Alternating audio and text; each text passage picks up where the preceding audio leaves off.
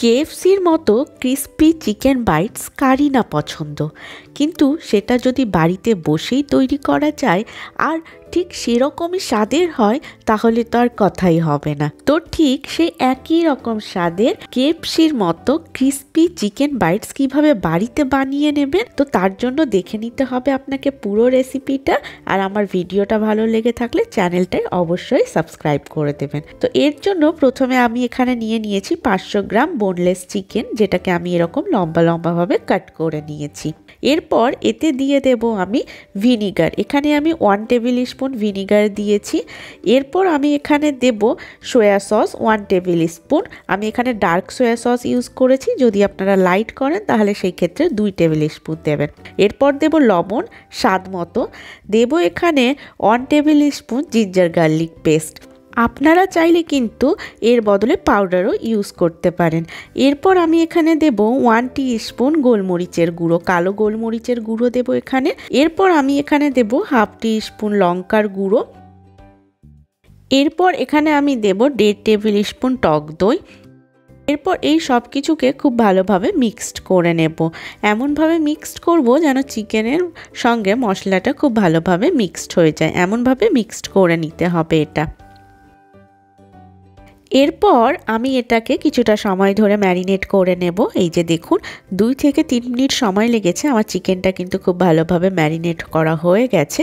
এরপর আমি একটা টিস্যু দিয়ে এটাকে ভালো করে পরিষ্কার করে দেব। এরপর পরিষ্কার করা হয়ে গেলে এটাকে আমি ঢাকনা দিয়ে ঢেকে মিনিমাম 3 ঘন্টার জন্য রেখে দেব।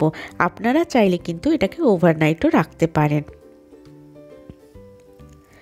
এরপর যখন 3 ঘন্টা হয়ে যাবে আমি ঢাকনাটা তুলে নিয়ে এটাকে আরও একবার মিক্সড করে নেব, যেন খুব ভালোভাবে মশলাটা চিকেনের সঙ্গে লেগে যায়। তাই খুব ভালোভাবে এখানে মিক্সড করে নিচ্ছি। এরপর এটা যখন মিক্সড হয়ে যাবে তখন এটাকে সাইডে রেখে দেব। আর এখানে আমি নিয়েছি একটা বাটিতে 2 কাপ ময়দা, আর এতে দিয়ে দিচ্ছি আমি 1 টেবিল স্পুন কর্নফ্লাওয়ার। এরপর আমি এতে দেব 1 টিস্পুন লবণ। লবণটা আমি এখানে কমই রেখেছি, কারণটা বলে দিচ্ছি। এরপর দেব 1 টিস্পুন গোলমরিচের গুঁড়ো, 1 টিস্পুন লঙ্কার গুঁড়ো, আর দেব 2 টেবিল স্পুন চিকেন পাউডার। হ্যাঁ, এই চিকেন পাউডারটাই এখানকার মেন ইনগ্রিডিয়েন্টস, যেটার কারণে কেএফসির চিকেনের এতটা স্বাদ হয়।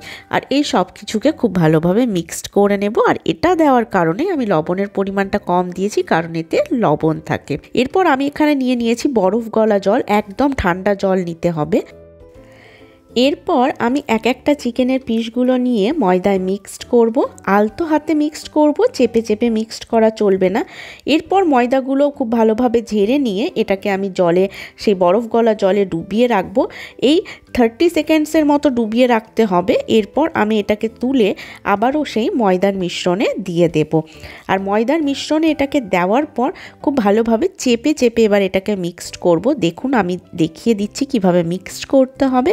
এই যে দেখুন একবারে খুব ভালোভাবে আমরা যেভাবে ময়দার ময়ান মাখি সেই ঠিক একই রকমভাবে এই যে চেপে চেপে মিক্সড করব। তারপরে আবার সেগুলোকে আলাদা করে দিব, আবার কিন্তু সেটাকে মিক্সড করব। এরকম 3-4 বার করব। এই যে দেখুন কি সুন্দর ক্রাম্বস চলে এসছে। আর এরপর এটাকে ঝেড়ে ঝেড়ে আমি অন্য জায়গায় রেখে দেব, অন্য একটা থালায় রেখেছি। তবে সবগুলো আমি একসঙ্গে করব না, না হলে কিন্তু ক্রাম্বসটা আবার বসে যাবে। এরপর আমি মিডিয়াম হট অয়েল নিয়েছি, আর এতে আমি চিকেনগুলোকে দিয়ে দেব। আর এই সময় গ্যাসের ফ্লেমটা একদম হাইয়ে রাখবো। আর হাইয়ে রেখে এটাকে মোটামুটি 1 মিনিটের মতো ভেজে নেব হাই ফ্লেমে।